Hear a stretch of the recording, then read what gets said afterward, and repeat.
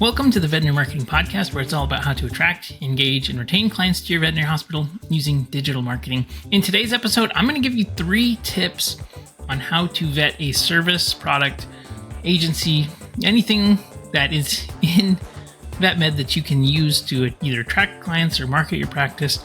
Because I was just having a client call today, and it's just, by the way, an in-between episode, and she was like, I don't know how I can vet these products or services. I don't know what to do. There's so many things out there that we can do. What should we do? So I'm going to give you some tips. It's going to be very helpful. It's going to be short and quick. So before we get into it, please, if you like this podcast, enjoy it, and receive benefit from it, could you please be sure to share this with somebody that you think would benefit? It would mean the world to me, and it would be awesome to help other veterinary practices grow using digital marketing. All right, so let's jump into today's episode. I think there's a few criteria that you need to think about before you decide to work with any software product or tool or, marketing guru, anything that you're trying to do.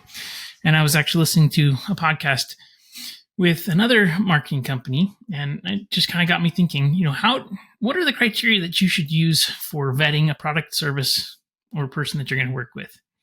And I think number one, the most important thing is that before they diagnose any type of product or service, that they actually take the time to understand what your goals are, what your problems are, and what you're facing.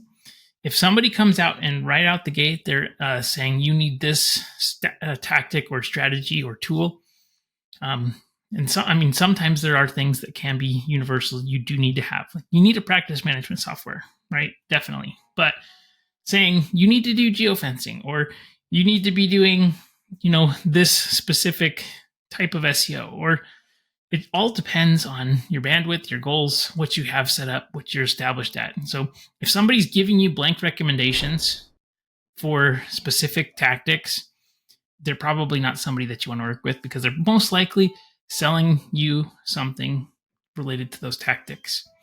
So that should be, I think, a red flag. It doesn't mean you shouldn't work with them. Sometimes there's people who are bad salespeople. Maybe they make good recommendations in a bad way. But typically, I think you need to make sure that the person who's giving you understands the full picture, because we all have limited time, resources, and so it just is impossible. So beware of people that are just telling you to do tactics blindly without really getting an understanding of your goals. The second thing that I think is important to talk about is when you're going through a sales presentation, sales process with somebody, they are good at selling all of the benefits. You might not know what questions you need to ask. And so making sure that you have a full picture of nothing is a perfect solution, right? There's always opportunity cost. And so you need to understand what the potential drawbacks are. So, depending on, I'd say booking software is a perfect example. The salespeople make every solution that you're looking at like a perfect solution. There's no problems. Everything's great. But you don't realize that it's not really a booking solution because it doesn't actually book in your practice management software. And you have to it's just basically a glorified web form that's an appointment request. And you have to confirm it, right? So they don't tell you necessarily the drawbacks. So number one, be sure that you're getting an understanding of the process and what you want the outcome to be, but just ask a lot of questions. And as much as possible, you want to be able to control your data. You want to be able to track your data. And you need to understand what that flow and process looks like. So make sure that you have all of those things really understood. And I think the last thing that you should consider is when you're working with a product or service, they are salespeople. And so a lot of times too, I see this in marketing all the time. There's people that own marketing companies and they don't do any of the work. And so they're just basically regurgitating what they hear from the people that they speak to doing the work.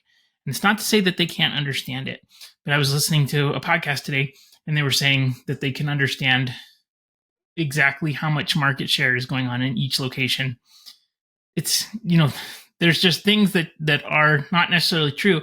And if you're disconnected from doing the work, and it's not to say that you have people that do it for you, but if you don't have a good understanding of like the process and you're in it, a lot of times you're going to receive a sales pitch. It's like somebody that is selling a drug that as a rep versus a doctor who's prescribing it and understands like medicine. And so the rep is selling all of the benefits.